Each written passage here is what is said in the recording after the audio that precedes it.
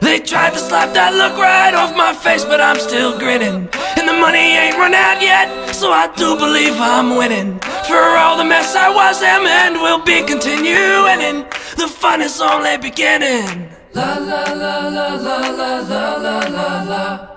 La la la la la la la la la la. La la la la la la la la la. La la la la la la la la. Hello and welcome to Don't Bury the Lead. We recap Smackdown every Saturday night, but tonight is a different night. We're recapping on Wednesday. We're changing it up. We do this from time to time where we do the recaps on Wednesday. My name's John Zindel. I'm joined by Dom Scarcella. Dom, can you tell the people a little bit about yourself?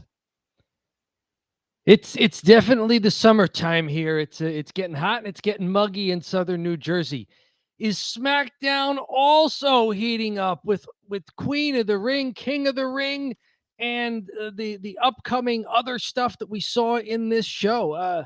Lots to talk about, even though we're a few days after it happened. Maybe it gave it some time to simmer for us. So, without further ado, John, don't bury the lead. What's our top story from SmackDown for June 13th?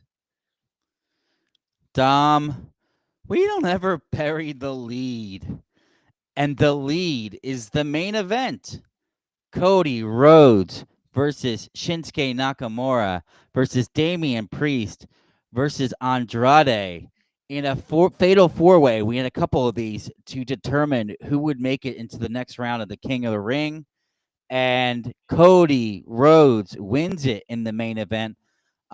This one was pretty good, I'd have to say. A good main event, especially considering Fatal 4. I'll have to admit I'm not a giant fan of Fatal 4. Sometimes it's just a tough match to do. But I think they did a good job with this one in the main event. Dom, what you think of this main event and Cody Rhodes getting the win here?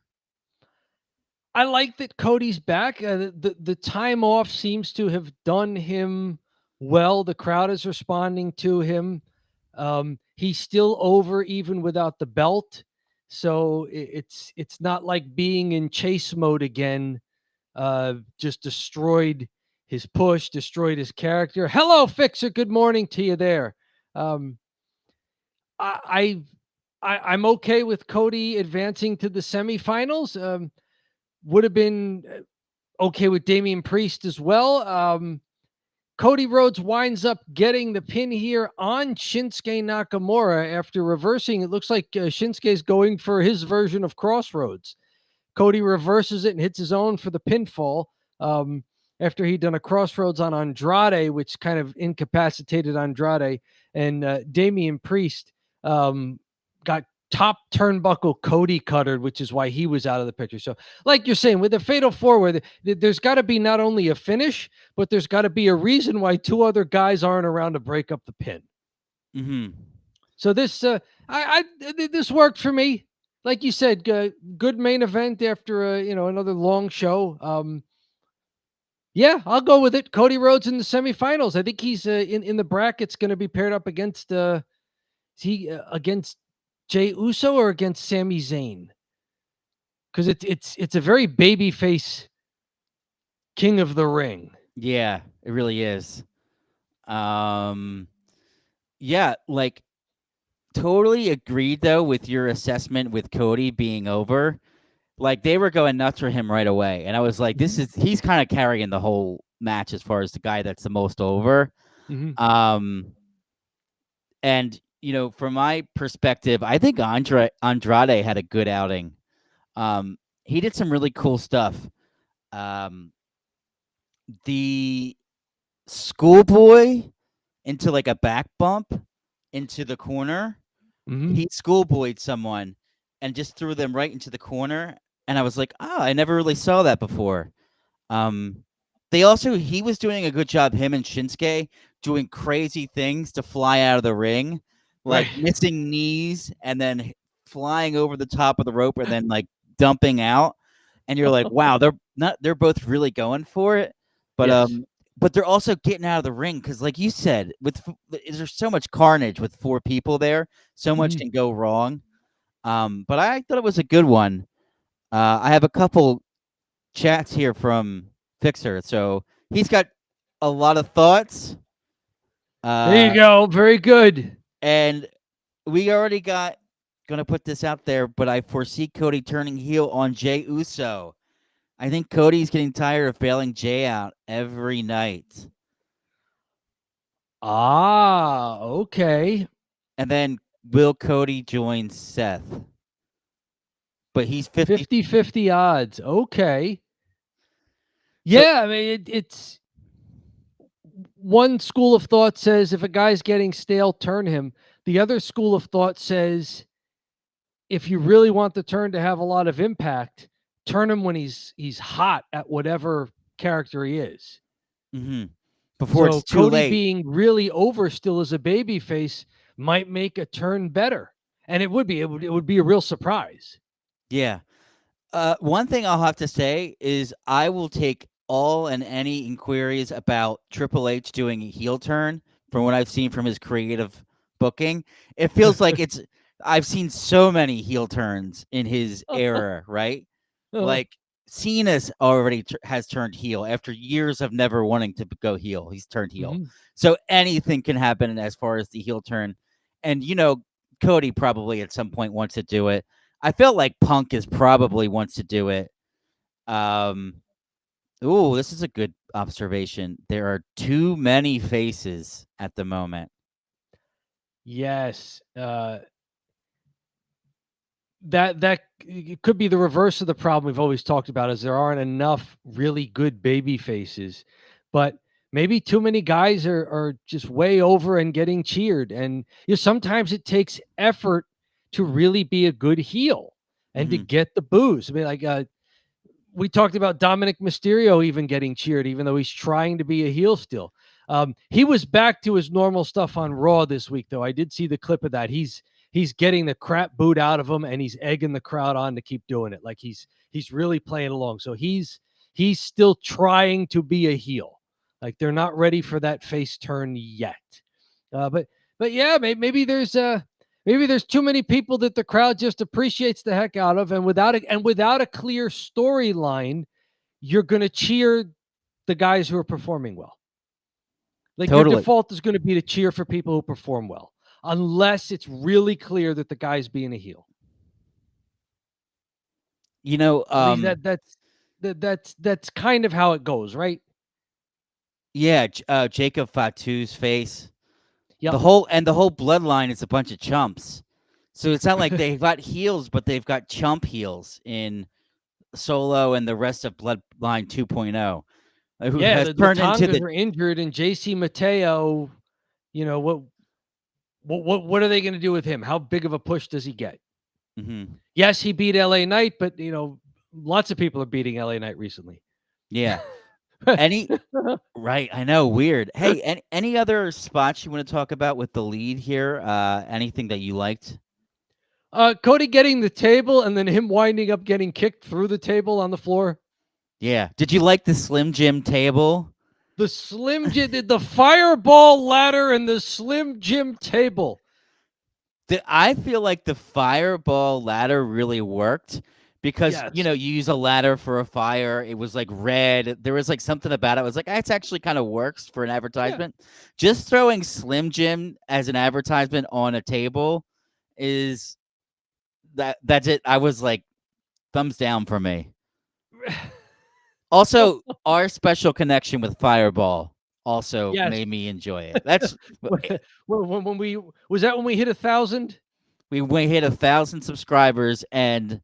you drank some Fireball during Yes, I our had show. the kid size The fireball kid size on Fireball.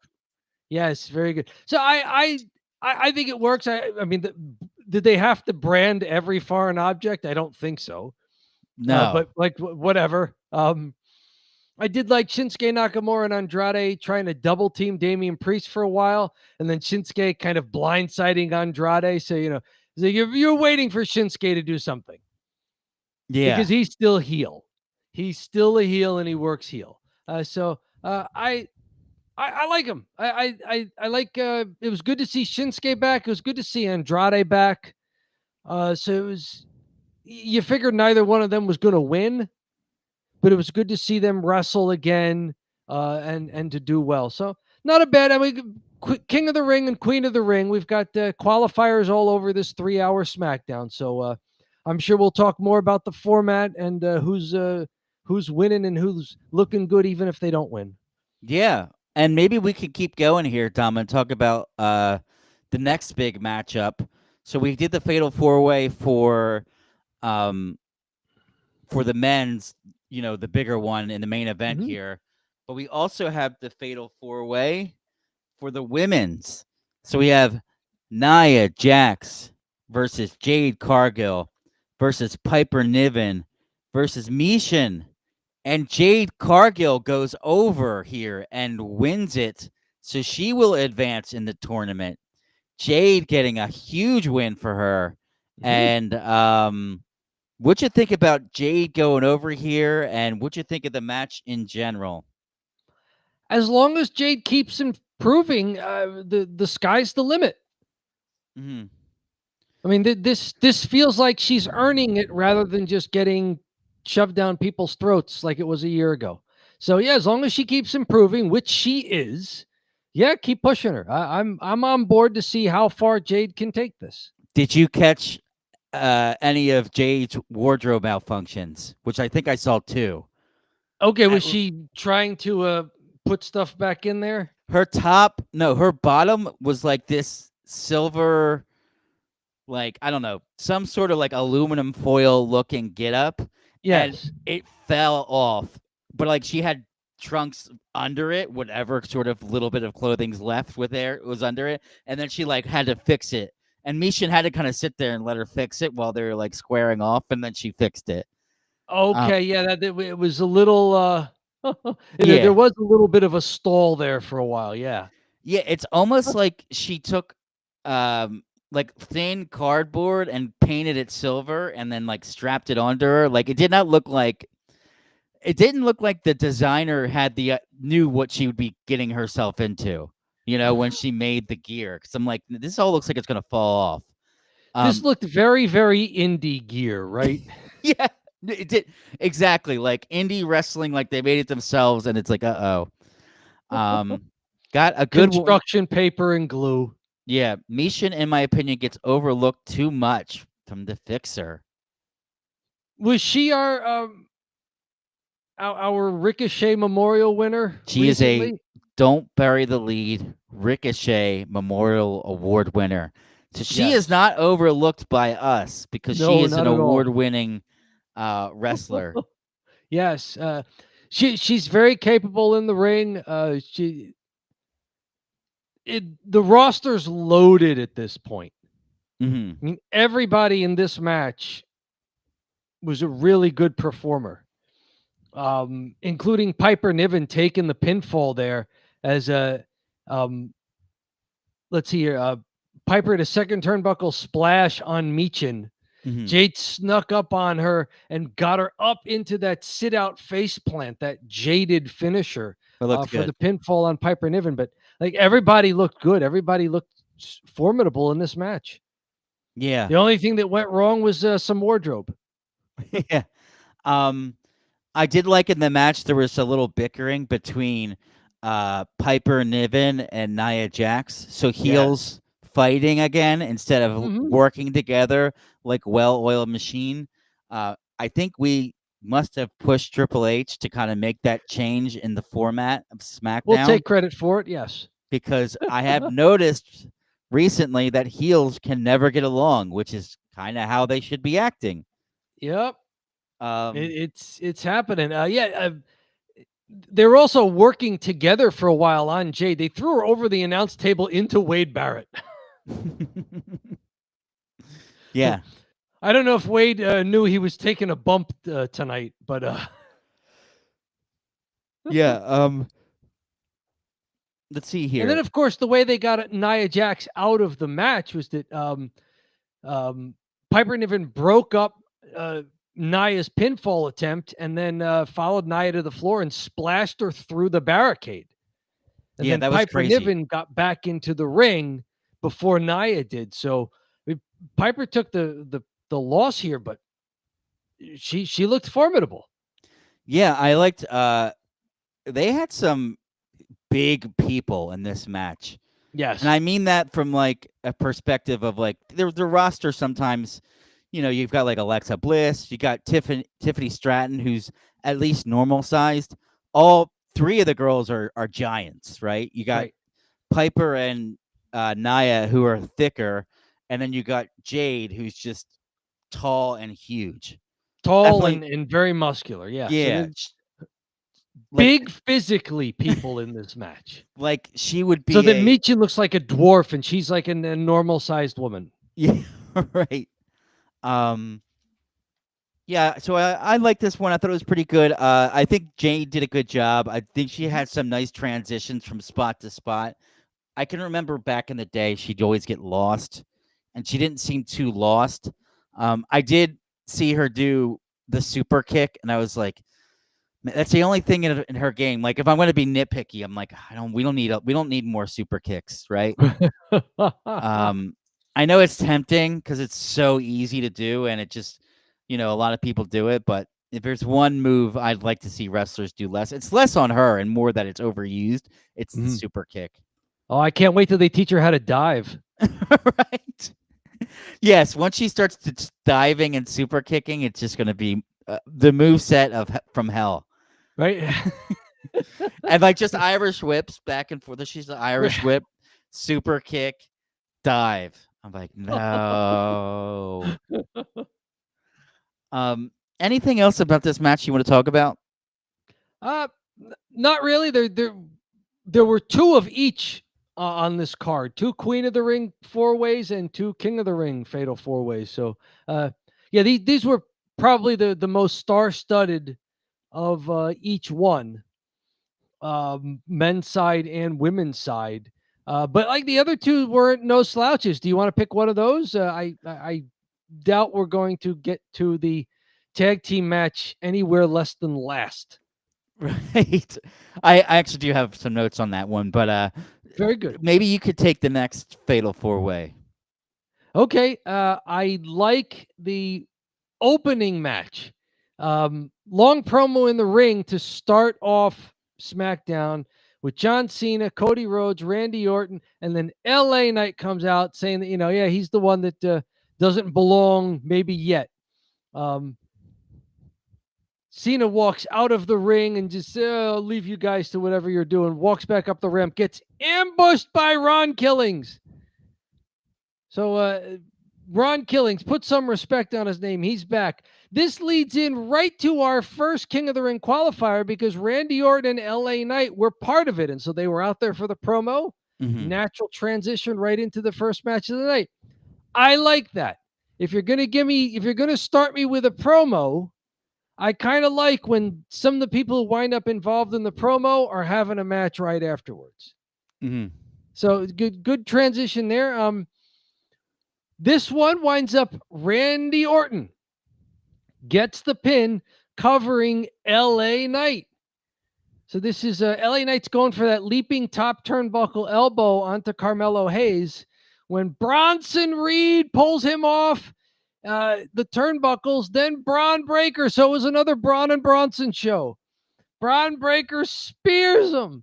Mello goes for the top turn splash, but Randy RKO's Mello as Mello's going for the splash. And then Mello lands on LA Knight. Randy winds up covering LA Knight for the pinfall. So, man, LA Knight just keeps taking losses. Everybody's beating him up. It's either Bloodline 2.0 or Seth Rollins' new faction. Everybody's costing LA Knight victory after victory, and he's just eating pins. Yeah, it's Max Dupree territory. It's weird, and it's also weird because LA Knight comes out and shoots a promo, and he's way over during the promo. Mm-hmm. He's way over during the matches. He makes fun of John Cena for being bald. He calls him like a bald bitch, I think, maybe. But it's like, I don't know, whatever the line was, he like nails it. So I had written it down. Cheap heat, but he got it. Yeah, calls John Cena a balding bitch, and then everyone laughed, and I was like, usually people don't necessarily laugh out loud at like what people are saying when they do the insults. Usually, Yes. like it can be cringy, but this wasn't. So it's weird that they keep putting him. It's weird that he would eat the pin, right? Of all those four, you would think maybe like I, they seem like they want to they think highly of Steiner's kid, so Yep. you would think Bronson Reed would be the one taking the L, but LA Knight takes it. Yeah, could have been Aleister Black, could have been Uh, Carmelo Hayes, but yeah, they had Randy Orton pin LA Knight. or excuse me, yeah, Carmelo Hayes, who's lost a good amount, and then Aleister Black, who, yeah, why not him? But Now you were saying before we like how everybody is performing pretty well in these matches. I thought the same thing happened here. Like Carmelo Hayes, he was doing well for himself right up until that RKO out of nowhere on the splash. mm-hmm. So it looked good to me. Aleister Black, still trying to figure out what they're doing with him. He's supposed to be the sinister figure, but at the same time, he's positioned kind of as a baby face. Mm-hmm. But his martial arts techniques, pretty athletic in the ring. So I'm not going to complain about having him out there. Mm-hmm. He worked well. Yeah, it's going to be a strange one with LA Knight though. Like, how long did they let this go before they let LA Knight, get some measure of revenge in a match? Because Mm-hmm. he's doing run-ins and costing guys matches. Whether it's on Raw or SmackDown, he's doing his part there.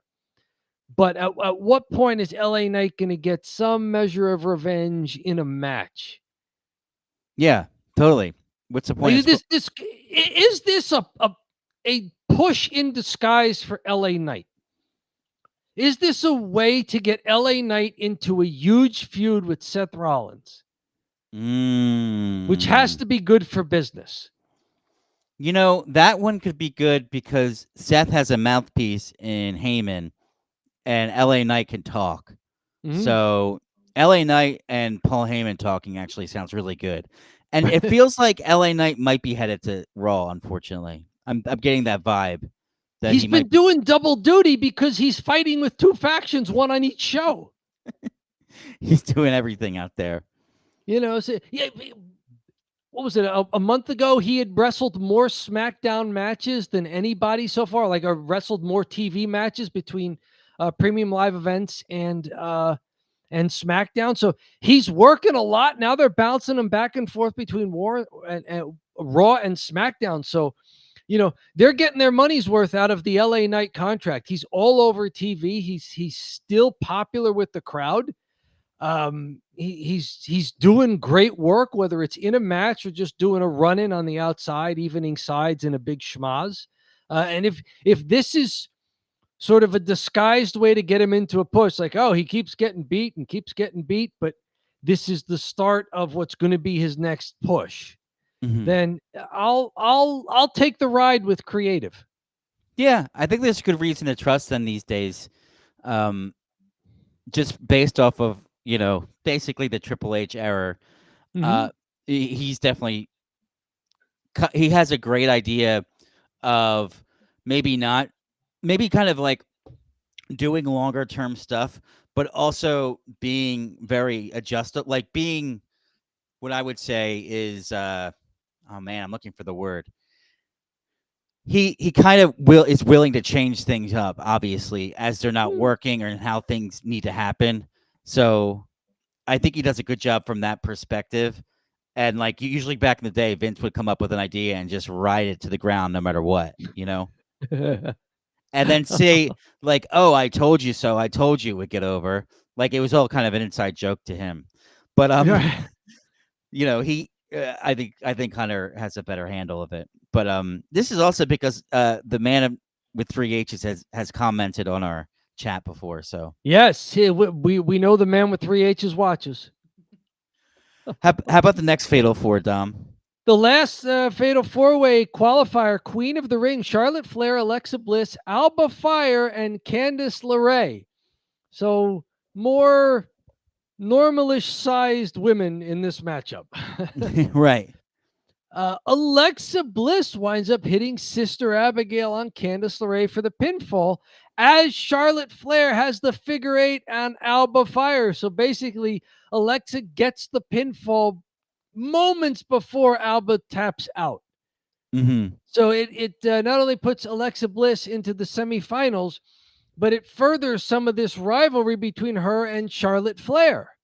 Like Mm-hmm. Charlotte's been trying to, big sister her in the back whenever Alexa Bliss meets and tries to say hi and show some professional respect and stuff. So this may be furthering that, which might be good for both of them because they seem to not have something for Charlotte Flair to do quite yet. And they also didn't have much for Alexa Bliss to do after announcing her return at the beginning of the year. So this may be a cool little way to further not only the Queen of the Ring tournament, but Alexa Bliss versus Charlotte Flair, a little of that there. Alba Fire and Candice LeRae, serviceable wrestlers in the ring. I like that Alba Fire is leaning into this secret Hervis thing with Chelsea Green. Seeing Yes. Piper and Niven go out there dressed as Secret Service agents, which has got to be uncomfortable to wrestle in, but hey, they do it. Yeah. Anything you wanted to call out from the match? Yes, she pinned Candice at the most opportune moment. Yeah, right before Alba was going to tap out to the figure eight. Yeah. Admittedly, sorry, this was the one I missed, so I'm glad you had a lot. I didn't see this match, but it went the shortest of the King of the Ring and Queen of the Ring qualifiers. This was one I was like, all right, Dom can pick me up during this one because with the 3-hour SmackDown, I will skip matches. I'll be like, all right, well, Right. Dom will, and not to bury cheap heat here, but yeah, we were talking about SmackDown moving to 2 hours, which will be huge. But we'll talk about that in a little bit. I don't know if we'll do a full cheap heat on that, but yes, you had sent me that as an alert, and I'm like, okay, well, I'll believe it when it happens. So sometime in July, maybe SmackDown goes back to 2 hours. Yeah, may force it to be a little crisper of a show. Yeah. Although I wouldn't say I've been like disappointed with how they filled the third hour. No, but it does. It's missing a little bit of the crispness that the 2-hour show had. As far as this match goes in the ring, they had one of those spots where all four competitors are involved in it. Mm-hmm. Candice LeRae and Alba Fire are going to double team superplex Charlotte Flair off the second turnbuckle. When Alexa Bliss sneaks in, and now she's going to power. The smallest woman in the match is going to power bomb two wrestlers who are superplexing another wrestler. So it worked. It's probably the only way Alexa Bliss is going to power bomb anybody is if they're already standing on the second rope. So then Alexa goes right into a cover on Charlotte Flair, not on the other two. She goes right over to Charlotte Flair for the cover attempt there for the 2 count. So, hey, that's pretty neat stuff. Charlotte also had the figure eight on Alexa Bliss at one point. But Candice LeRae did a springboard moonsault to break it up.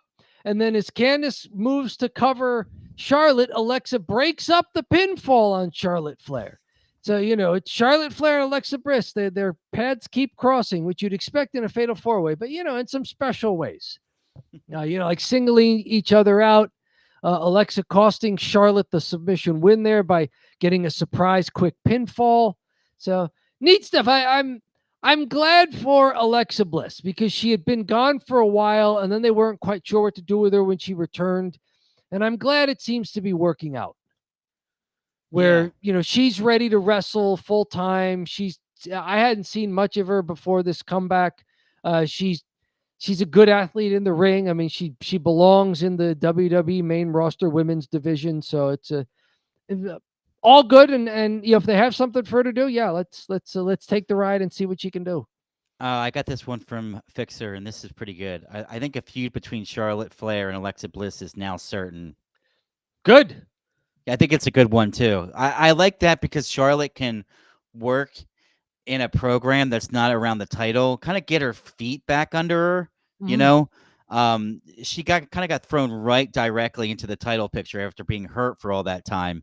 So Mhm. it might be good for her to just step away from that title picture and have her have a feud and make her like, if she's always just the person chasing the title, then that's just all she can do. Maybe show a little bit her be a little bit more dynamic because she's always had Yeah. that easy out of, oh, I want to beat you because I want to be the champion. But now, like, well, no, why do you hate Alexa Bliss? Like, what could we do there? Something a little bit more unique. Yeah, as soon as the women's division gets so big that there's so many talented wrestlers there, you need something for the wrestlers to do other than chase a belt. Yeah, Because even with the secondary belt, there's only 2 of them. exactly. So, I think it's a good idea that she has the feud with Alexa, and maybe they could do something cool. Alexa was pretty over years ago, way over. She was a champ before Okay. she was a part of the um, before she was part of Wyatt Six. So In the fun house. Okay. yeah, like before she did all that, she was way over as a face, and no, she's way over as a heel. Excuse me. She's like a real She was a smart. heel. Okay. Yeah, she's real smart ass. She Okay. was good on the mic though. But yeah, so her character's obviously changed, but yeah, she has the potential. She seems to be babyface now, which it would be good for Charlotte Flair because Charlotte seems like she has some more mileage left on the heel persona. And I do want to talk about the best talking segment of the night. Naomi in the ring, interrupted by Tiffany Stratton. And no, I'm not talking about John Cena and CM Punk. No, no, No. no. No, no, no. The best talking segment is Naomi. Yes. And then the interruption from Tiffany Stratton. I really like this one a lot. This is the first time I really saw Naomi with the Money in the Bank briefcase, and this was like her introduction. And she said, "You must think I'm stupid," which made me laugh. Um, that was Oh, one of she the had an even better line. She started talking, and the crowd gave her a what chant. And the first time it happened, she shut it down. She turns away from the hard camera and goes, "Bitch, you heard me." maybe the best ever response to the what line. Bitch, you Yes. heard me. And it shut it down right away. It was perfect. She scared the crowd. She legit Right. scared them. Right. She pulled out all the moxie in that one, right? And said, "Bitch, Yep. you heard me." Great line. Great line. Great persona. She's really taking to the heel persona. Naomi's an awesome heel so far. I like it. And she's a little like unhinged, right? She's like got that unhinged aspect of her. Like it's got caution tape all over her. She's like, Mhm. I could see her really being a face at some point, even doing this, if it goes well, because it's not necessarily heel, but it's more like, you Mhm. know, she's got like a new form of energy. Um, we got this here. Nia telling Naomi to leave. Oh, yeah. So this comes right after that Queen of the Ring match where Nia Jax got splashed through the barricade. Mhm. So Nia had never left the ringside area. She was still down in the timekeepers area. Mm. So after Naomi leaves the ring, yeah, we were getting there, Fixer. Thank you. Tiffany taunts her, and then Nia Jax sneaks up from behind and starts beating the crap out of Tiffany Stratton. And that's when Naomi gets the idea maybe I should come back in there and cash in my money in the back contract. And Yeah. Nia just glares at her like, Mhm. no, not now. This is my time to beat her up. And so Mhm. Naomi's like, okay. And she leaves again, back up. So good chemistry between the 3 of them. Um, I think it's also good that Tiffany Stratton looks like an underdog again, even though she's the champ. Yeah. because she was not doing well as the favorite. No, you're right. I agree. As the favorite, um, she feels like someone that needs to be the underdog at the moment, Mm-hmm. especially being a little tinier. I mean, she's really athletic, but it is what it is. She doesn't look like a monster in there. Yep. Well, not compared to Nia Jax. Right. Um, but yeah, I like the talking segment. And I say this because I'm teasing. I'm only half joking there, but Cena and Punk. I've heard these two talk at each other. I don't know 5 million times. So it's like, and I've heard Punk because I watch AEW. I've heard Punk do this gimmick for like the last 5 years. So I was like, yeah, I'm gonna skip this one. Although the crowd Okay, it very wasn't into it. bad. Mhm. At one point, CM Punk brings up that the two of them have basically reversed roles. Yeah. That CM Punk is suddenly the well-behaved employee of WWE, Hmm. and John Cena is basically doing a pipe bomb. Yeah. So that was a neat thing. Punk leaves the ring, and Ron Killings ambushes Cena again. This time by sneaking up on him while Cena's in the ring. So no matter where John Cena goes, he's not safe from Ron the Truth Killings. Yeah.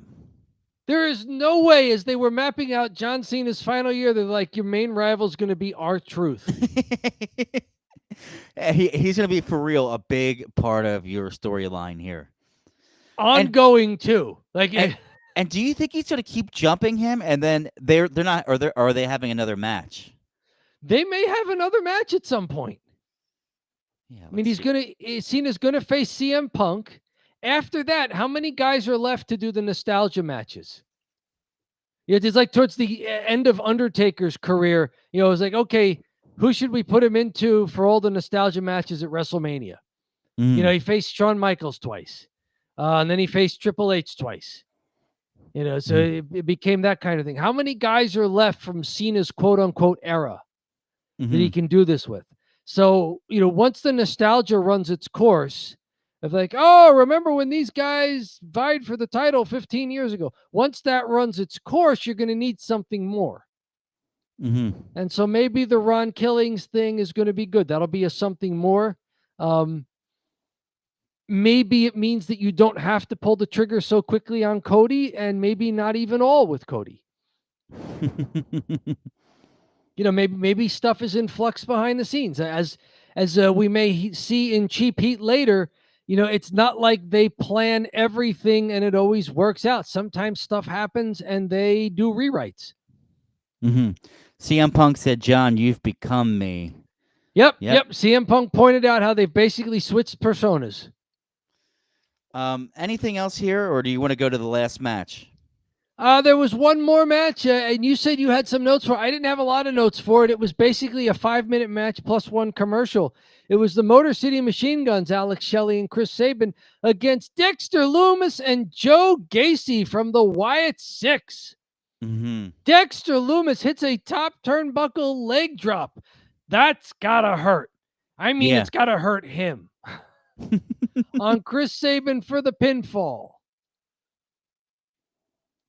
Pretty entertaining match for what it was. It was just a 5-minute match, lots of action. Chance to see Dexter Lumis and Joe Gacy in a standard tag team match, not just in a huge schmoz, faction on faction. I thought they looked pretty good. The Motor City Machine Guns, they're very serviceable. I'm not a huge fan of them, but I'm not going to say that, they look bad in the ring. So I thought this worked. You, I'm guessing, have more to say about it than I did. No, I said I do have notes, but all I had was the winner, and then I had this one statement. I said, okay. I don't know anybody in the Wyatt Six except for 2 people, and there's like about 6 people out there. It was Uncle Howdy and Eric Rowan. The other people, I had no idea who they were. I remember Dexter Lumis. He was still on Smackdown when we began Don't Bury the Lead in 2022. Joe Gacy, I saw here and there, but don't really remember him. the guy that's newest for me really is Bo Dallas. I wasn't watching WWE when Bo Dallas had his run. Bo Leave that you have told me about. Mhm. So that's really the newest guy for me is the guy running the show. Uncle Howdy. Uncle Howdy, yeah. Yeah. But Yeah. Bo Dallas, I didn't really know much about Bo Dallas. Mhm. Yeah, so I didn't know anyone except for Eric Rowan, Uncle Howdy, but I guess we'll get to know them more. How do and they it- look in this match? I liked them. I liked both the guys. It looks like just sort of weird characters that was like in Bray Wyatt's brain, and Uncle Right? Howdy kind of they would be like, what would he want? Guys that kind of look like this because you have to have girls in there too, Mhm. and now you have to have like they're like It's the Nikki Wyatts. Cross who's in there, right? Yeah, yeah, and you have to She's the have female, yeah. people that like before they just did the redneck thing, and there was three Yeah. goons that were rednecks, and that was when they were peak. I think the Wyatts. Okay. I thought that's when they were just people that lived in Louisiana, but then he eventually turned it into people that were they're like magic and scary and funhousey. So they're all going to be like Mhm. funhousey esque. Yeah, he's got. Then there's Nikki Cross from the Yep. Fixer. I just want to talk about the Fixer's comments here. The Wyatt Six are really asserting themselves on the tag team division. It will be interesting to see if they settle on a regular combination of two guys. Mm-hmm. And if it's going to be Dexter Loomis and Joe Gacy, this was a pretty good showing for them. And maybe and then leave Eric Rowan to do something like be the muscle and, Uncle Howdy to be the guy pulling the strings. And I think that's all that's in it. It's the five of them so far, right? Is there a sixth member that I'm forgetting? no, I think that's it. I I think think you're it's right. 4 men plus Nikki Cross, so one woman, and she's not really the valet. She like mixes it up with the other female wrestlers. Yeah, I don't, and that maybe leaves them with a chance to bring in an extra member at some point, which may have been Alexa Bliss until they realize, well, we don't really need to force her into this, and we could do something else with her. yeah. I think that's a good thing, and it's and maybe Fixer, you could comment on this because I don't watch Raw, but it felt like the Wyatt Six was not getting over on Raw. Outside of their entrance, when they destroyed Chad Gable, and they were all like looming around him, and he was like bleeding, and they had that shot, and it was like, whoa, we're like this might be a really cool stable. And then ever since then, I have never heard anything about them. So Yeah, I mean, and you know, I might be don't. good here. It's been a really hot men's tag team division on SmackDown. It really Now the has been. problem is going to be if they do bring the program down to 2 hours, and now you've moved all these guys over to SmackDown. Now what do you do? I think they'll find ways to get them in there because they did before. I mean, they've hit us with a lot of commercials and junk too in the 3 hour show. John Cena did 2 promos. Right. Can he do 1 promo? Can we cut him down to 1? And can we limit the amount when he goes out there? That's all you really got to do. Now, one thing they have been doing is giving us a little extra wrestling in some of these matches, and we're getting longer matches that frequently hit the 15-minute mark, which is long for a TV match. So, I mean, they could trim a little on those and make them a little faster moving in each of the matches as well. But, I mean, still, they're going to be back to doing 4 matches per episode, maybe a 5th, rather than 5, maybe a 6th.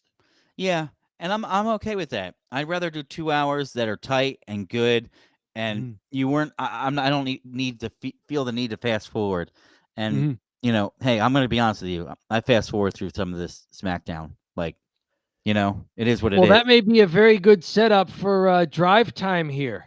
Yeah. I think you're kind of hinting on what we do in the thumb drive, which is where you and I distill this entire wrestling program we've just seen into a simple thumbs up or a thumbs down. There are no ties. There are also no star ratings, no letter grades, no number grades.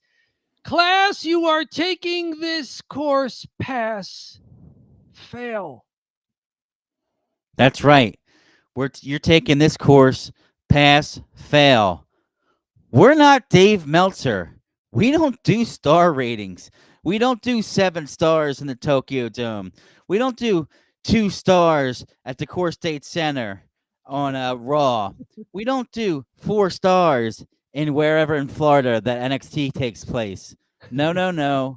We don't do star ratings. We only give it a thumbs up or a thumbs down. So, Dom, are you ready?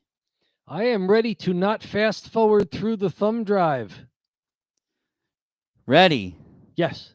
3, 2, 1. Oh, 2 thumbs up. Dom, why did you give this SmackDown a thumbs up? Because I got a lot of good wrestling action, and while I'm not a big fan of fatal four ways all over the place, I understand the idea of having a King of the Ring tournament and building to it. And there are worse ways to get more of your stars onto TV and into matches than taking a couple of weeks to do qualifying matches in fatal four ways. I liked everybody that came out and that I got to see wrestle tonight. There were no real problems. I'm taking the ride with them. Yeah, and I'll have to say this. I liked the Fatal 4-Way matches in general and how they were all laid out. So this really might be the agent, if you will, that's laying out the Fatal 4-Way matches. I think they went really smooth.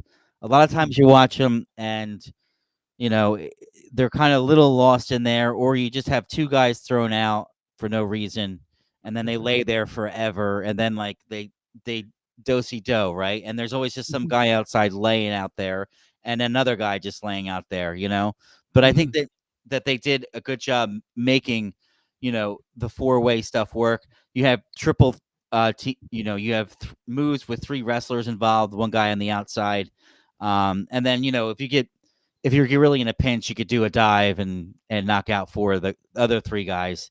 Much to my, dismay, but still, I think that's when a dive is actually kind of helpful in such a tricky match like this. But I liked it. Yeah, thumbs up for me. Now, is it one of the best SmackDowns I've seen all year? No, but still got the job done. Thumbs up. Very good. That's two solid thumbs up. We're not raving about it though. Yeah, no, it was good. And listen, I got some news for you. We are I guess you call us positive. Sometimes they refer to as positivity influencers, where like we don't just trash the show and look for what's bad and just like thumbs down it and Jim Cornette it to death. If the show's good, I'll just say, yeah, it's good, thumbs up. Or if the show's even watchable, I'm like, yeah, thumbs up, watchable. So we're your life coach for pro wrestling. Yes. We try to be reasonable because a lot of people on the internet are not reasonable. All right. What do we got here? It looks like it's time for Cheap Heat. Hang on a sec. Cheap Heat is of course, when we take news from around the wrestling world, because the pro wrestling world is bigger than the one show that we watch every week. It's also bigger than just the one promotion that runs this one show. So this kind of gives us a chance to do that. Hello. We've got a hello there from a chatter there. Howdy this evening to you as well. He says, I love John Cena fan. Now, when you say you love John Cena, do you just like John Cena, or do you like this iteration of John Cena who has turned heel? That's the question. That's the question. I like the heel John Cena. I think he's been doing well with this heel turn. Yeah, for sure. Well, yeah, and when you think about that, put some thought into that and let us know. Thanks for joining the show.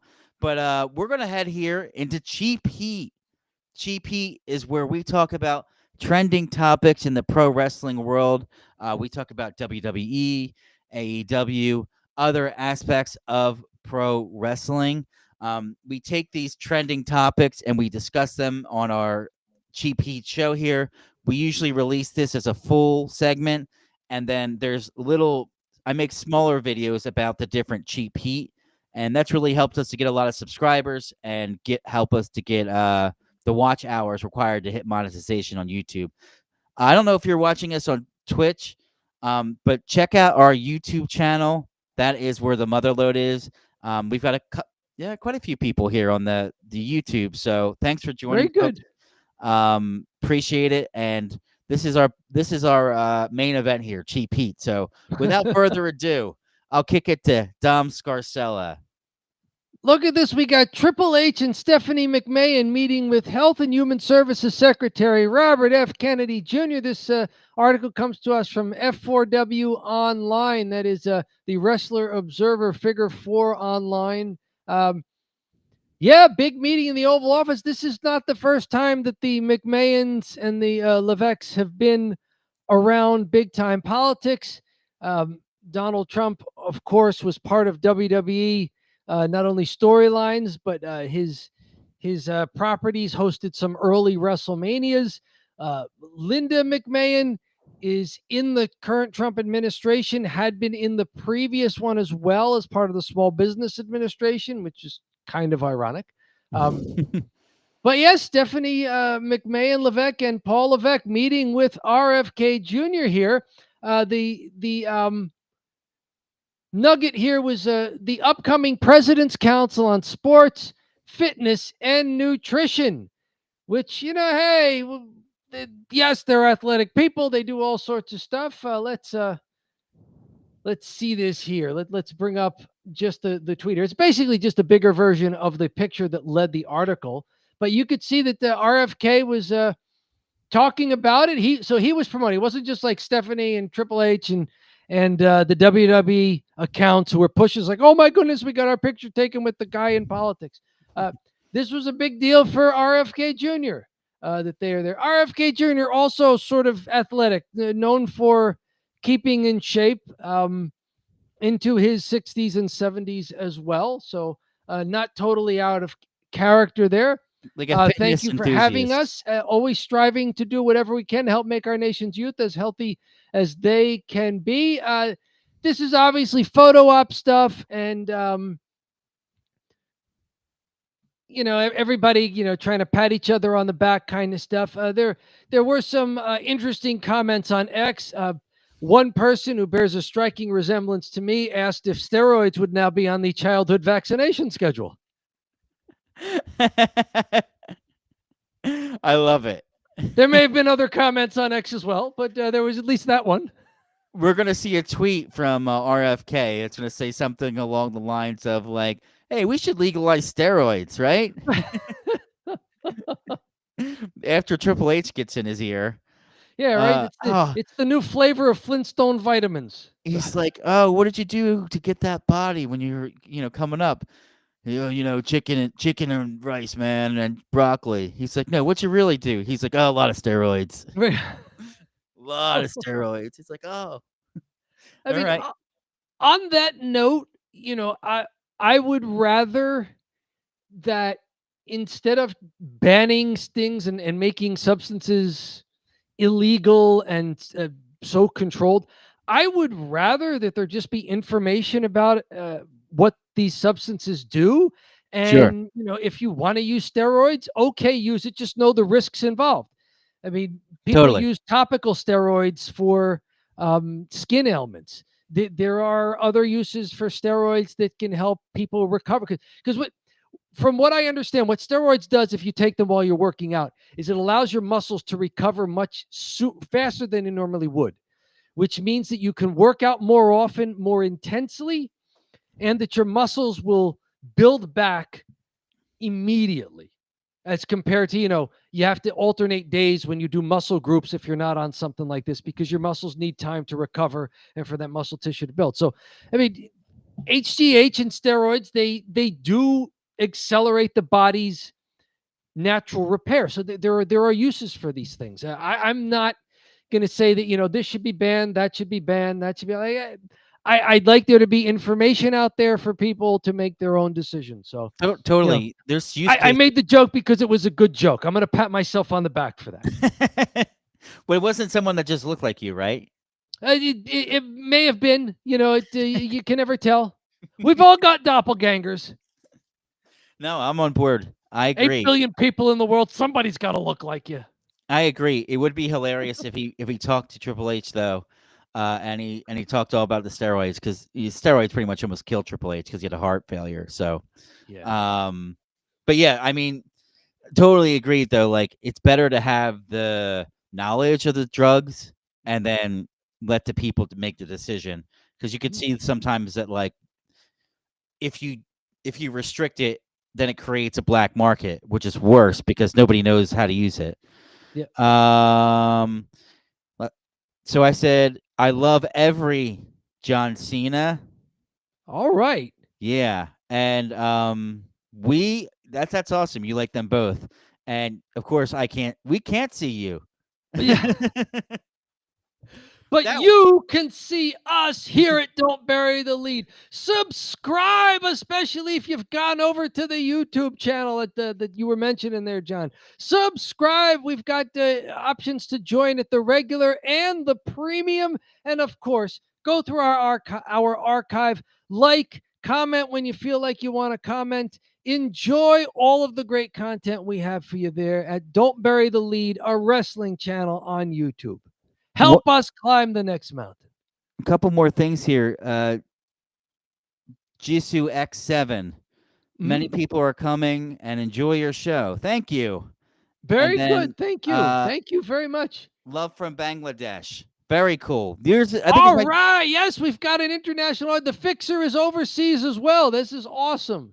Yeah, we got the Fixer in the UK and Jisoo X7 in Bangladesh. Thanks for hanging in. Very good. And as Dom said, go ahead and subscribe. It's free. It helps us out a lot. We have mentioned Ron Killings here. More on R-Truth from Pre-W Insider here. He is indeed back. Just a short thing confirming what people were wondering about. He was in discussions with several outlets about appearances and independent bookings. So the decision to bring him back happened within about 72 hours of the Money in the Bank show that we watched, where he made his big return as the guy in the hoodie. So WWE already has merchandise for him back up on their website. So this just goes to show you that WWE is not just set in stone. They will adjust. They will make changes when they need to. And really, this time, they almost have to put this story out there that they changed their minds, because otherwise they burned their good journalist contacts in the pro wrestling journalism world. Maybe guys like Mike Johnson over at PW Insider, guys like Dave Meltzer that we've mentioned, and Brian Alvarez.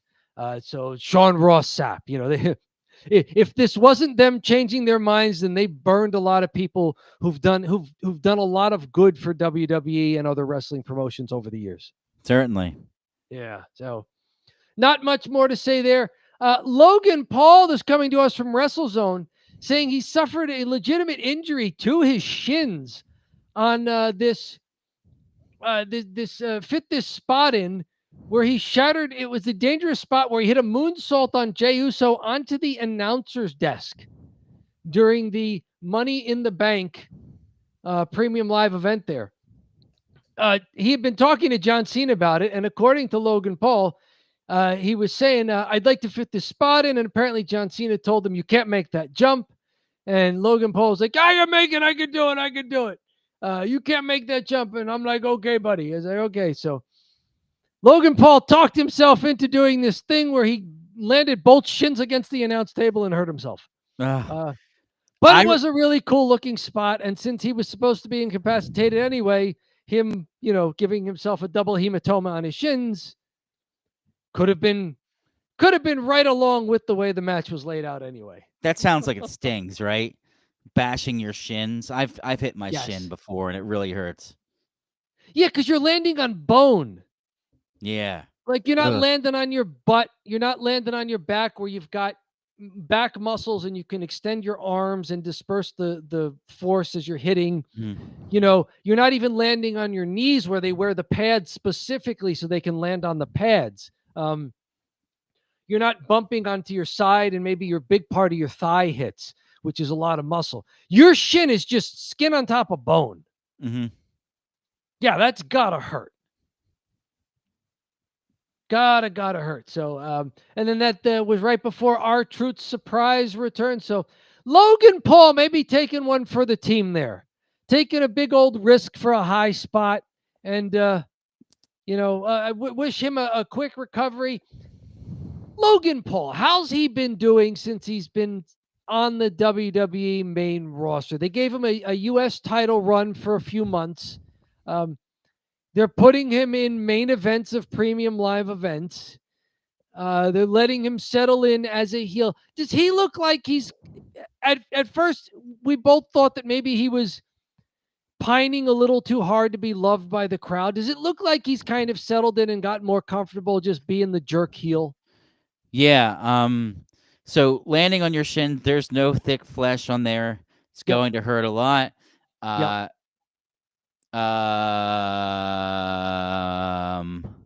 Then we got a question here from Bangladesh. How many days you starting a YouTube live stream? I think we've been usually doing this once a week. Yeah, we do this once a week. We try to do either Saturday night or Wednesday nights. So check us out. Much appreciate for you hopping in here. And then as far as Logan Paul's concerned, when he did that move, I just felt to myself, I was like, he didn't do it perfect, but he did it so reckless that it made it look really cool.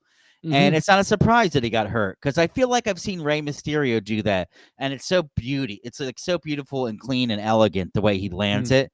And then with Logan, you could tell he just kicked off the middle of the rope as hard as he could, flipped over, and crossed his fingers, right? I would liken it to something to the degree of a indie wrestler. You would see something like that in the indies, not in WWE usually. Where they do a move, they don't have a great feel for it, but they're just going to go with it and just do it stiff. Is that good for WWE to have someone on the roster who's a little bit fearless and willing to try high spots? Kind of, honestly, because it gives him his own style, because he is doing stuff like that. Is it good for him long term? Probably not. Honestly, probably not. It's probably better for him to just stay in his lane and do what he can do. But at the end of the day, I'm not going to tell a wrestler not to do something. But I'm not going to tell a wrestler not to do something if it looks good and it hits the impact and it doesn't injure the other wrestler. Then, hey, that's cool. As far as Logan Paul's run is concerned, it's been a really impressive, considering how low on the bar we had him as a human being just to begin with. It's got to be the first thing he's done in his life that he's done well that hasn't made everyone hate him. So yeah, that's my 2 cents on Logan Paul. What do you think? How are you feeling about his run? I like that he seems more comfortable just being a heel. He's not trying to get out of the heel or to be the heel that gets the cheers anyway. I mean, he's still doing the social media stuff where he takes a selfie while he's doing a move or during the middle of a match or something like that. But I mean, that could be a heel move. The picture here that WrestleZone has is him with the drone that he brought out. So he's not only taking selfies, he's getting his camera, his phone delivered to him by drone during a match. So it's visually impressive. He's very social media savvy, and as he gets more comfortable, because on his show, it's his audience. Right. In WWE, it's not his audience. So he's being more comfortable, and perhaps there was a learning curve here for this, and it took a while. But he seems more comfortable performing for not his audience. So yeah, good for him. That's growth as a performer overall. Yeah, and it seems to be working for both of the brands, WWE and Logan Paul's personal brand. he's also, we have a really long video of him. We have a video that's done very well. It's just 70,000 views, and it's Dom Mysterio making fun of Logan Paul, and basically, and he hasn't taken it down. WWE, I put anything up, they'll take it down. They'll copyright strike me, and he hasn't said anything or copyright striked it, and it's got like 70,000 views, and he hasn't done anything. So, Logan Paul's good in my book. Right. And hey, if you're a Logan Paul fan, enjoy his content over at Impulsive Live and whatever other channels he does. Yeah, right. So next up, I had this article in here from WrestleZone because this is just one of the cool things that you don't always hear about in wrestling. Chelsea Green confirms released WWE superstar was planned for the Secret Service. She's talking about Blair Davenport, who we thought had some potential before her release, but then it also pivots to opening the door to bring in Alba Fire. And here's what I didn't know, and maybe you knew because you know more about the wrestling outside of the States. We're just going to be a tag team, and then we both kind of had an idea talking about her and Piper Niven. What if we could convince them to get Kay Lee, Alba Fire? Because Kay Lee is Piper's best friend from Scotland. I did not know that. From years of working together. And she lived with us in Japan. The three of us worked for Stardom together. I had no idea.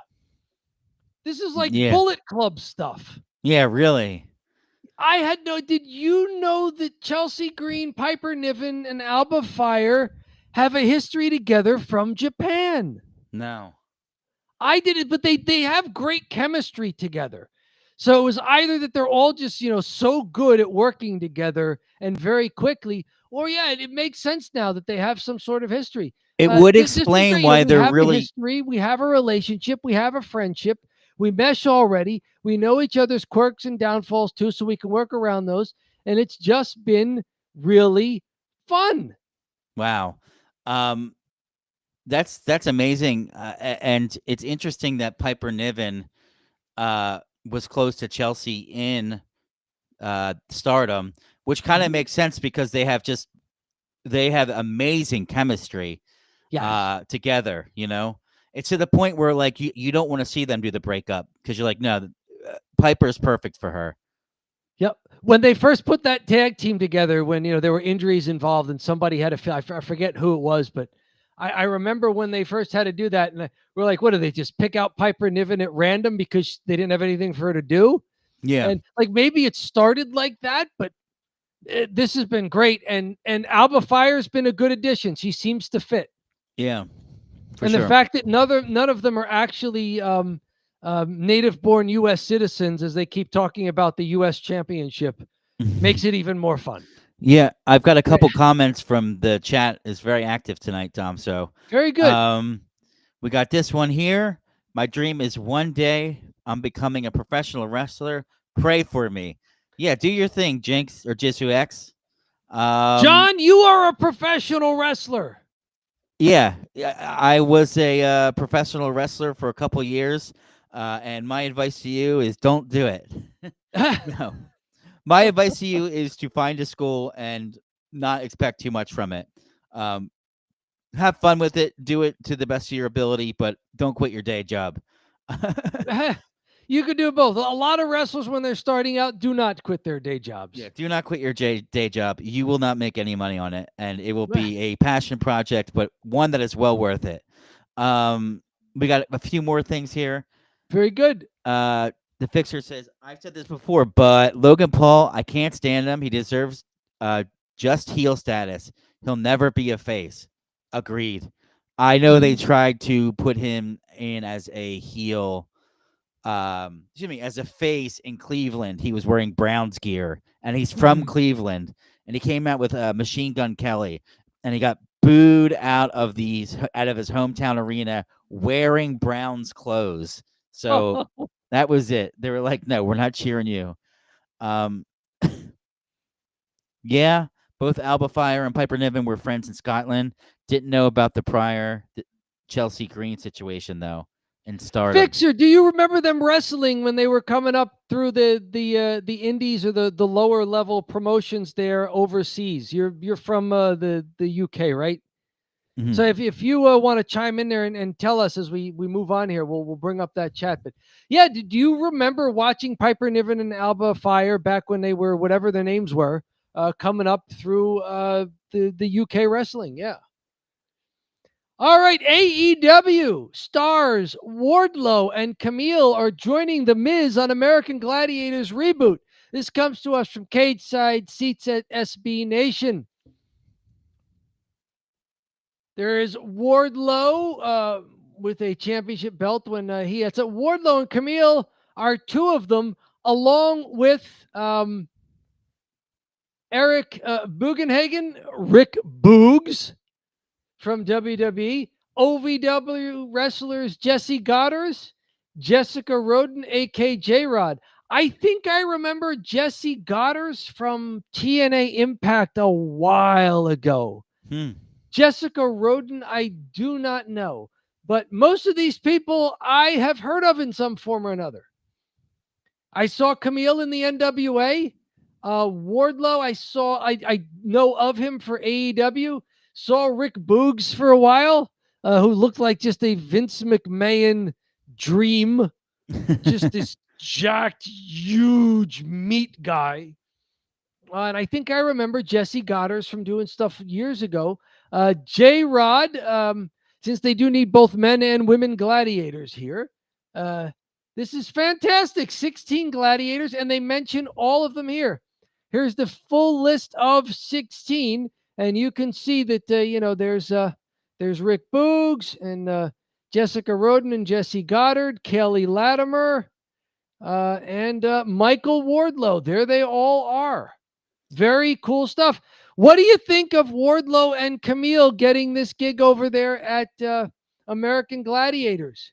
I do want to say one thing about Mhm. Rick Boogs. He has popped up because I watch a lot of workout videos. He is a really big guy in the workout space on YouTube. He has 337,000 subscribers. Wow. Okay. yeah, He's definitely a bodybuilder. Yeah. And he does a lot of workout videos. I mean, I just clicked popular. He's got 2 million views, 1.4, 1.3.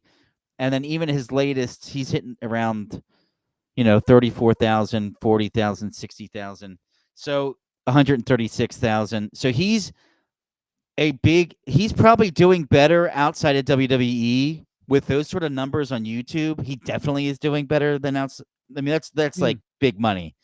And then to have the Gladiators to fall back on too, he might be doing a little bit better just YouTube and Gladiators than he was in WWE. Might give him a boost to his bodybuilding and exercise and fitness stuff that he's doing on his own. Fantastic stuff. And I think it's cool if you take Wardlow, you let him do the Gladiator thing. You still have him under contract, and what they'll do is they'll pause his contract and say this show gets big, then maybe people know Wardlow from the show, and it can only help them. Same with Camille. It feels like Wardlow kind of got cheated a little bit. Well, not cheated. He just was booked incorrectly. They brought him in as like a Goldberg-like character in AEW. And then after he was the Goldberg and he was just winning all the time, they just didn't know what to do with him. So then they tried to make him a wrestler again, and then he could wrestle. It just there was always just something missing, and then he got hurt for a while. So I think it's good that he takes some time off from AEW. Then he could come back and be like, "Oh, I'm here, and I'm ready to kind of pick up into my new contract and finish it out, and hopefully." They find something for him to do. What about Camille? She was getting a push for a while. She was with Mercedes Moné. Then they had their split. Has she been on AEW TV for a while, or is this kind of coming at the perfect time for her when she's not really working AEW a lot? No, she really wasn't working AEW a lot. I don't know if it wasn't working there with her, or if they just sat her down for a little bit because they had other people getting healthy. You would have thought that would have been a perfect spot for her to be, with Mercedes Moné. Mercedes Moné eventually got a new partner that had like a little bit more personality, and she's like always trying to help her out with this puppet. So like she was a comedy gimmick. So yeah, that seemed to have worked better. I don't know Camille what doesn't happened. look like the kind of wrestler who would do a puppet show. Yeah. Things you may not know about professional wrestlers. Big Bronson Reed is apparently a huge Sabrina Carpenter fan. I did not know this. In fact, until a few weeks ago, I had no idea who Sabrina Carpenter was until I heard from a friend that his daughter was singing a Sabrina Carpenter song during her school talent show. I was like, okay, who? And he sent me the song that she was going to sing. And I was like, that has a dirty word in it. Is she going to sing that? It's like, no, she didn't sing that song. She didn't sing that line. She like kind of skipped it and pretended she forgot the lyric. It's like, okie doke. But whatever, Big Bronson Reed. All I'm saying is I wear a lot of black suits. This is in reference to the artwork for her new album. Shows her being pulled by the hair by a figure wearing a black suit. This has garnered a little bit of controversy here. It almost looks like a nod to Spinal Tap.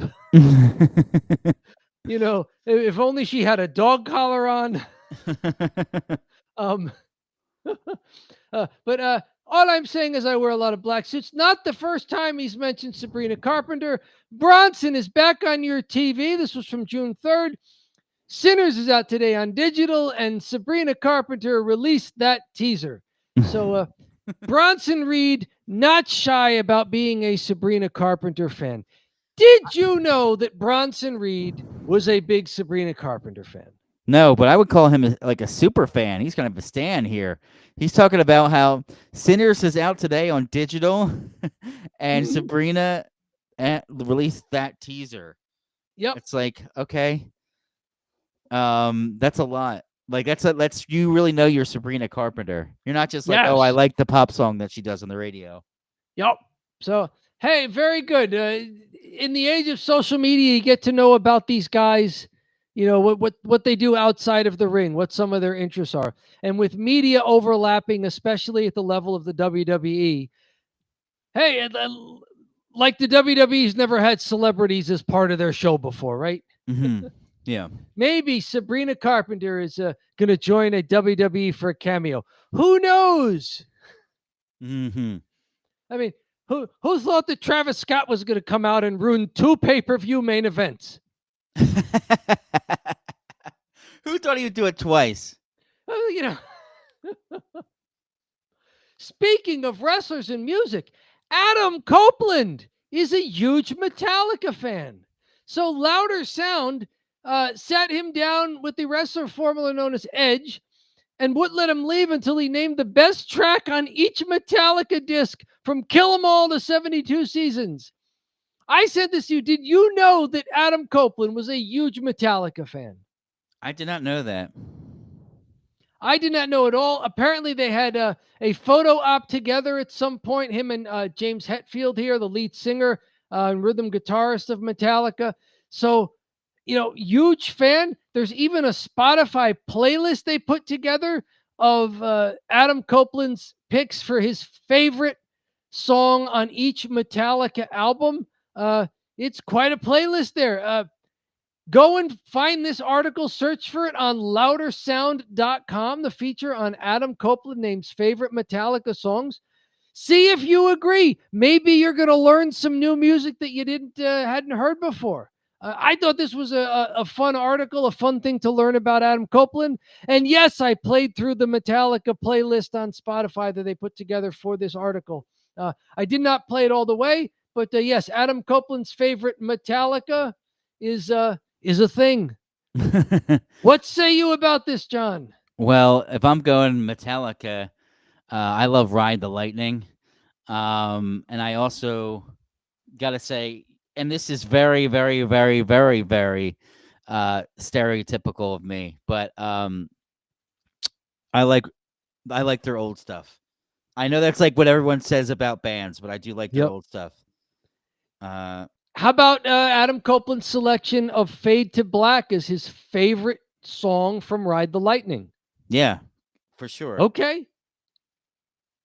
Very good. Then we have agreement from two early Metallica fans there. Fade to Black, best cut off of Ride the Lightning. Very good. Cool stuff about Adam Copeland there. And one more for us here in Cheap Heat. Is Hooters getting a boob job? Hulk Hogan's Real American Beer brand is trying to buy the Hooters restaurant chain, the bankrupt restaurant chain that does have another buyer lined up, but this comes to us from Restaurant Business Online. Hulk Hogan and his beer brand and his investors are trying to buy Hooters of America, the Atlanta-based franchisor that filed for Chapter 11 bankruptcy in March.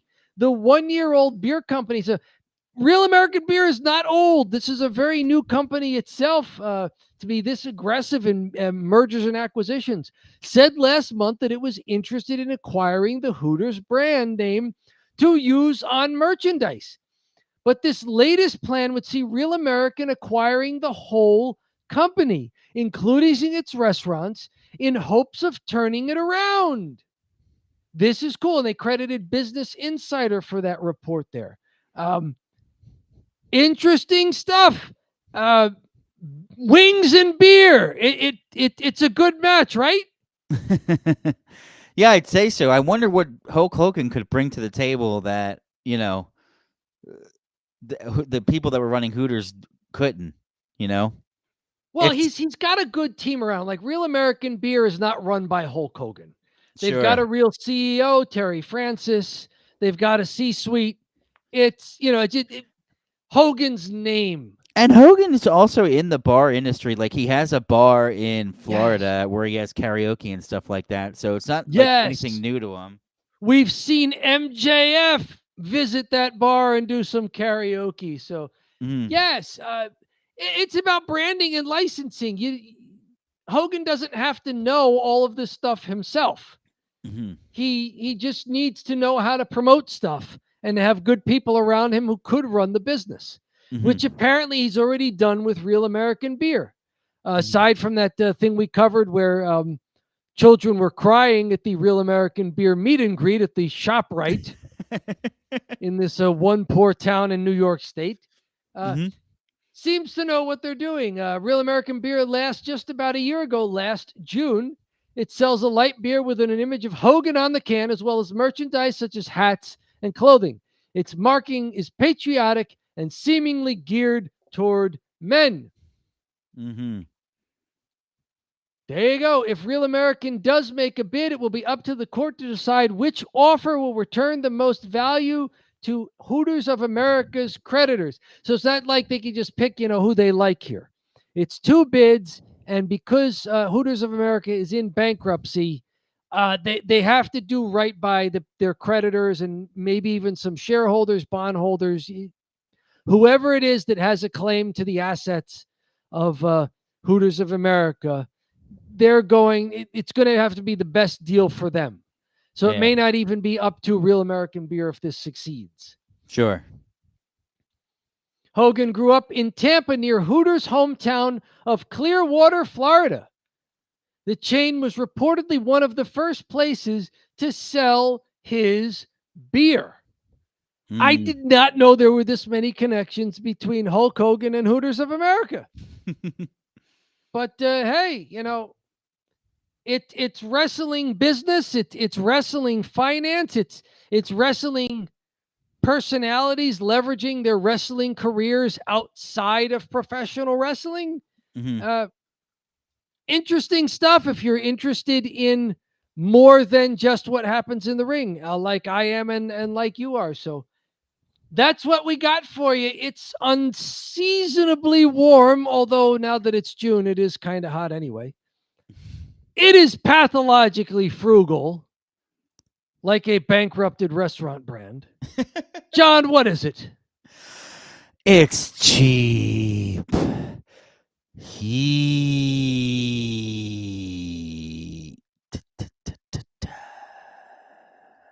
All Yes, it right. is. That's our segment. That's cheap heat, baby. Let's switch on over to the Italian Goodbye. We have a lot of people on watching right now, so we'll explain what the Italian Goodbye is. There we Typically, go. typically, what happens is during, a goodbye of a show, there's like a couple words and then they leave. If it's an Irish goodbye, they just turn the thing off. This is the Italian Goodbye. This is where we're saying goodbye, but we're really kind of hanging around. It's like when you go to eat at an Italian family's house, you're hanging out in the foyer. You got your your food, you're ready to take home, you're about to leave, and you start up another conversation with the folks there. Oh, so how's your mom doing? Oh, yeah, she's pretty good. She's pretty good. Yeah, well, I haven't seen her since blah blah blah. Yeah, we remember we saw you there, and it goes on and on like that. We do have some chats that came through here, Dom, that Very I'd like good. to answer. That's perfect fodder for the Italian Goodbye. Just, Yeah. extra conversation. So we asked, did you know of any times that they wrestled in the UK? Yeah, vaguely, but they were under different names than when they were in the UK independent circuit. And it says Piper's name in the UK independent was Viper. Okay, Viper. Yeah, so Viper Niven. Interesting. All right, I like it. Obviously, they couldn't bring in someone to WWE and call them Viper because that's Randy Orton. Dom, I'll throw the chat overlay just in case, because I'm going to step away for a minute here, just in case some stuff comes through the chat. I see it right now. You don't have to put the overlay onto our screen. I do have it there now. Perfect. And I will be right back. Okay, bringing up the screen, which is very dark, means that I look very dark right now. Hold on 1 second. Okay, now I look a little... Now I look a little brighter. All right, there we go. Very good. Lots of cool stuff in the chat tonight. John brought up most of them, but there's a lot there. Thank you all for hanging out for this with us this evening on Don't Bury the Lead. Yes, if you are not currently subscribed and you like us enough to make that click, go for it over on YouTube. Don't Bury the Lead, a wrestling channel on YouTube. We are up over 1,100 subscribers. Help us climb the next mountain. 1,200, 1,500, 2,000 is 2,000 in our future at Don't Bury the Lead. Enjoyed everybody who's sent through chats today. Let's see here. Different names in the UK on the independent circuit. Happens here in the US too, especially when wrestlers go to WWE. WWE likes to change wrestlers' on-screen names because then WWE gets more of a claim to the merchandising and the use of the name. They can trademark the name, and it's maybe not as good a deal for the wrestler. But if you're on a big guaranteed contract and you're getting a cut of the merchandise anyway, you like it. When you're on the independent circuit, you probably like to use a name that you can control so that you can take it with you and sort of build your fan base from independent promotion to independent promotion as you're going along. So yes, that's definitely a WWE thing. AEW seems to be more amenable to letting wrestlers keep their wrestler names that they used in other promotions. Camille did that. Wardlow got to use his own just last name. Now, Adam Copeland chose to get away from the Edge moniker because that was WWE's trademark and just use Adam Copeland. So that's the other thing is sometimes when wrestlers leave WWE, they have to pick another name if WWE owns the trademark on the name they were using there. LA Knight will not be LA Knight anywhere but WWE. Before he got to WWE, he was Eli Drake in the NWA, and I think he was also Eli Drake in TNA Impact. He wrestled for a while also just under his regular name, Sean Ricker. In fact, if you go searching on the interwebbies, you can find Sean Ricker wrestling for the NWA World's Heavyweight Championship against current WWE Raw GM Adam Pearce, who was a 5-time NWA World's Heavyweight Champion. Adam Pearce. Adam Pearce is using his regular name that he wrestled under in NWA. So is Nick Aldis, by the way. Nick Aldis was NWA champion also. He took that name with him to WWE. Piper wrestled against Saraya, who was Paige in WWE.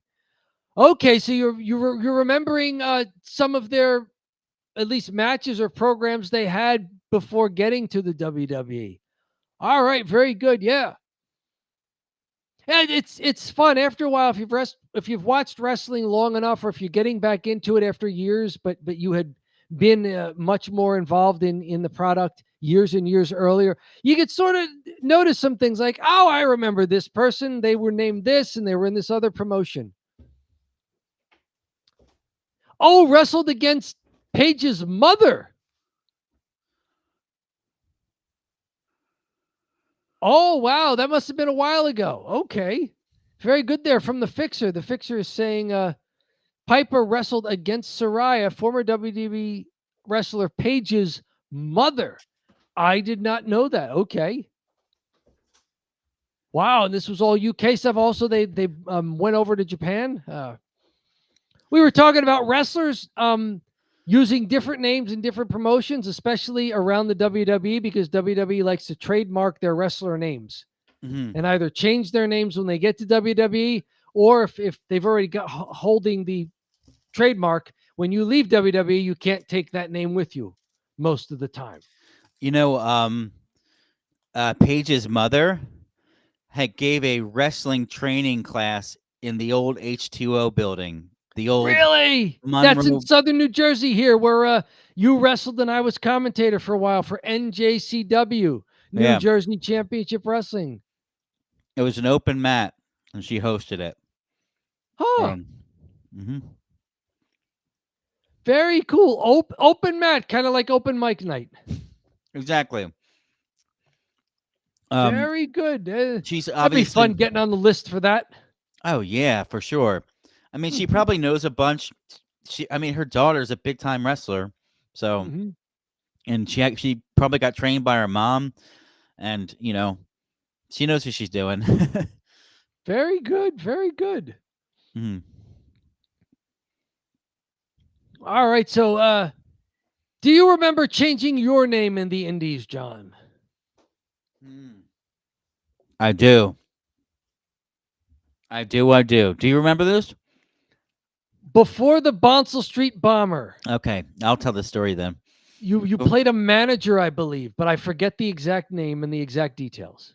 So initially, I had a broken foot, so I couldn't wrestle. So I was a manager in a wheelchair because I literally was using a wheelchair. It wasn't a gimmick wheelchair. I was in a wheelchair.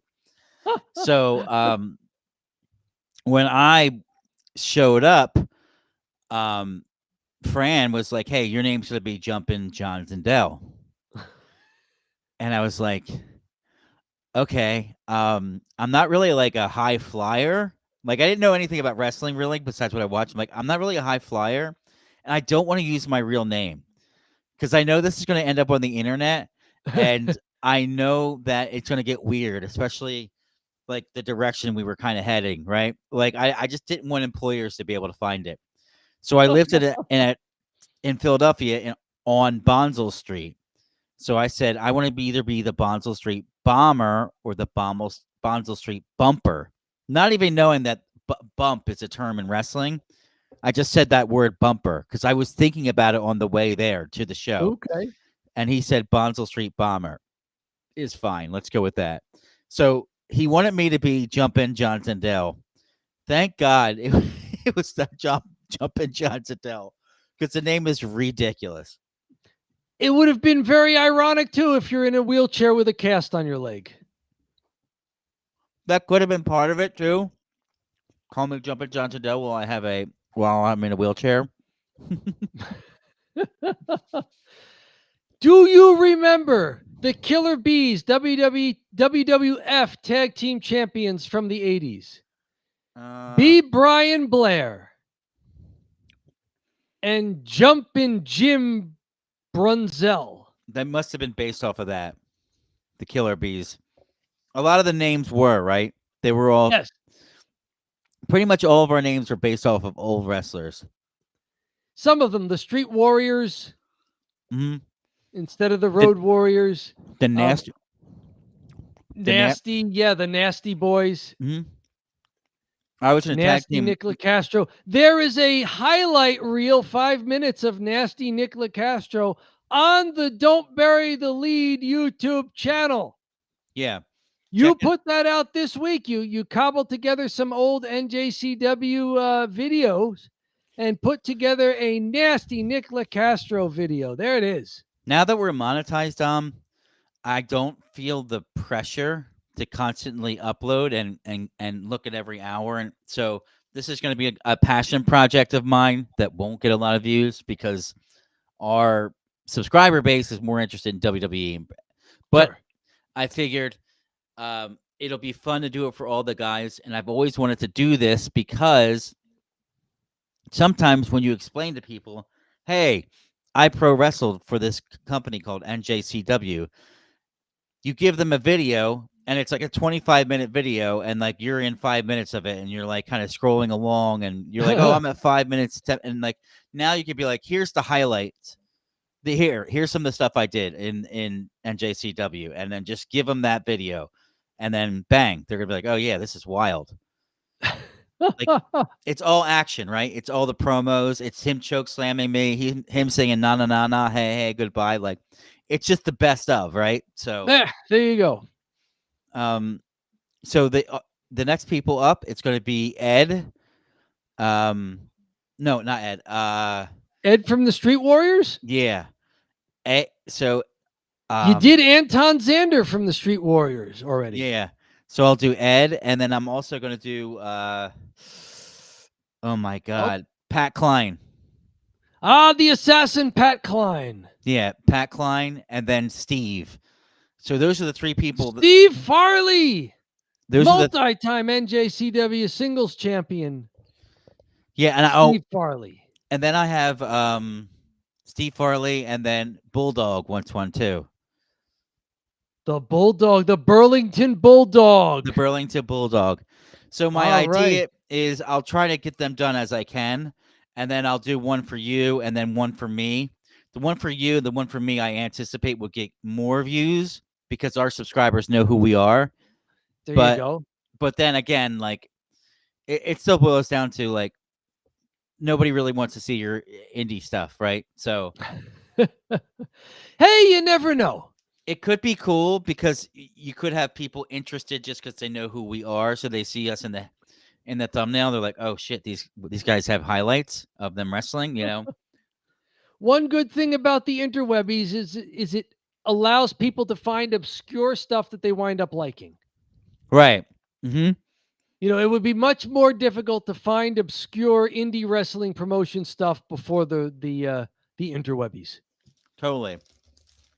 And it's content that's I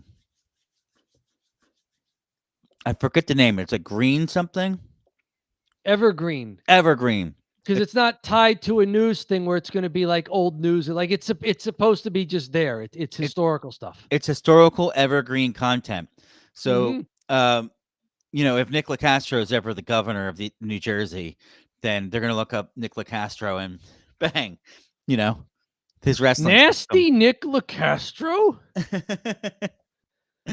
You're having a beer drinking contest in a what looks like a boxing ring? In a warehouse? Yes.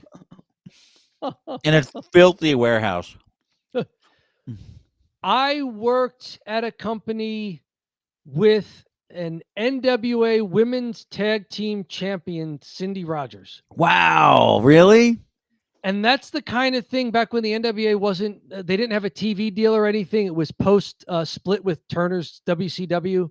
Mm-hmm. So it was like in the early 2000s when it was really difficult to find NWA stuff if you weren't in the arena at the live event. Mm-hmm. I went searching on the interwebbies, and there were Cindy Rogers matches from her NWA days. There she is, tag team champion. That's amazing. Yes, she had a finishing move called the taking care of business. That's so cool. And then she just worked. Yeah. She must have been pretty big if she was in NWA, though. Well, at the time, you remember you were saying, keep your day job.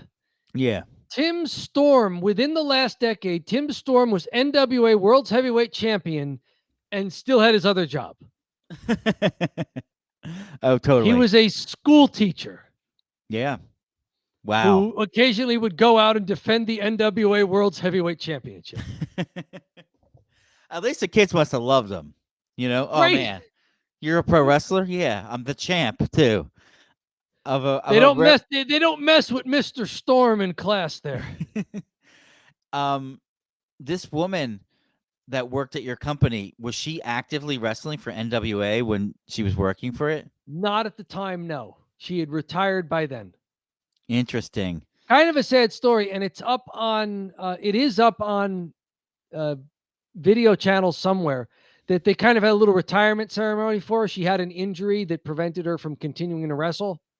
Mm. It wasn't the kind of thing that you would notice if you looked at her, because when you just looked at her around the office, she was very athletic and moved like there was nothing wrong with her. But it's the kind of thing that you're just like, oh, I can't wrestle with this.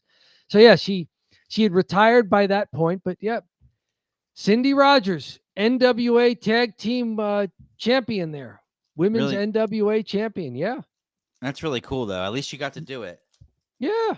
She got to do it. She got to that point, and then hey, if she got a job, then was it at the radio station or that not the? It was at the TV station. Yeah, doing TV and radio. She was doing TV traffic. Ah, okay. At the same place I worked.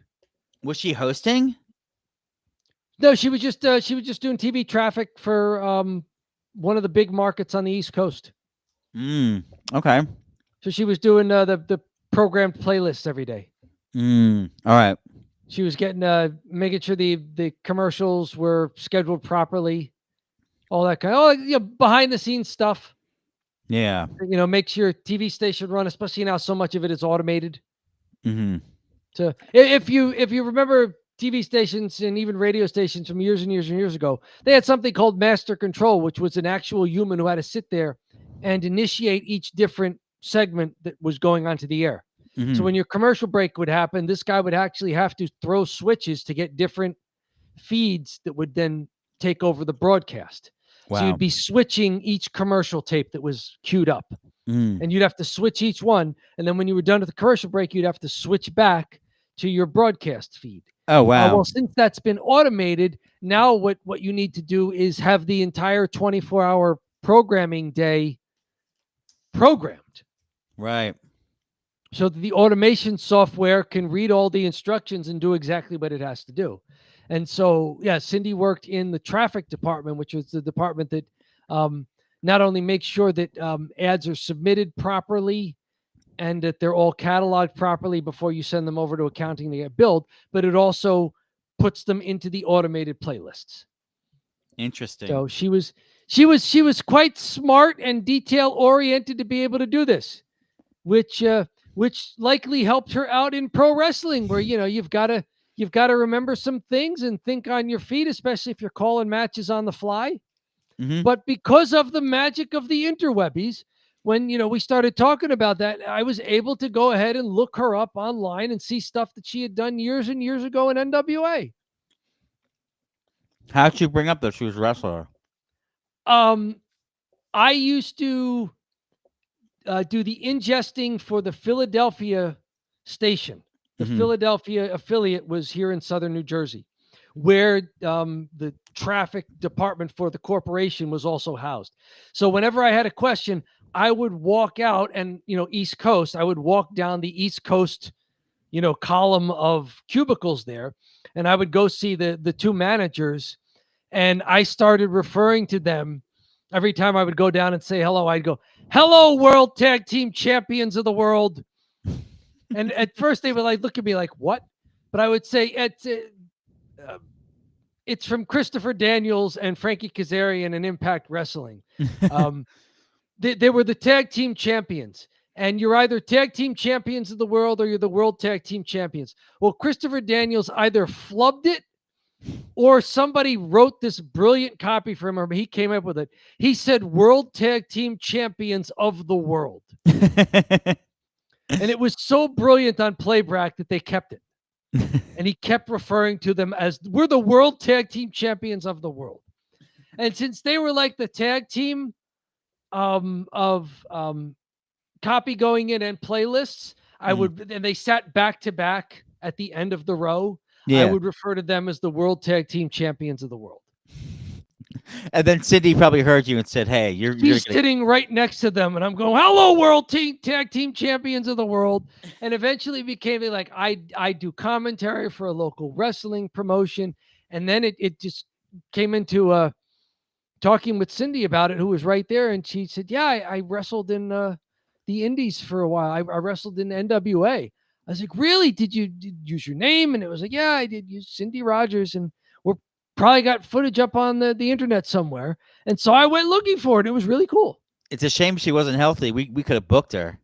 Right? You get an NWA champion in there to NJCW. Oh my God. Yeah. I'd dress up like a girl in a mask and she could I'd job me out, I was She'll twist you into a pretzel with the taking care of business submission hold. say it's only going to be 3.5 minutes, and you just squash. I'm sure Fran can come up with a great gimmick for me as a female. Sure. And you just squash me. Yes, put the mask on so we can't see your beard. so that's so obvious. It's a man. All right, Dom. Well, this is some pretty good Italian goodbye stuff, but I think I'm going to call it quits here. Very good. We have quite a few people in the chat all night, so thank you so much. If there's 3 people on YouTube right now currently watching, please subscribe. It helps the channel out so much. If you don't want to see us, you could just say, like, don't send me the notifications, but please go ahead, click subscribe. If you definitely don't want to subscribe, hit the like button. That helps too, but we're probably more focused on the subscribers. We're here every Wednesday night or Saturday night, either or. Really depends on where we land. Tonight did so well. I might just say let's try to do more Wednesdays, but that should be about it for tonight. So thank you all for joining. Really appreciate it. My name's John Zindel, joined by Dom Scarcella. Dom, thank you so much for hanging in there tonight, and have a great rest of your evening.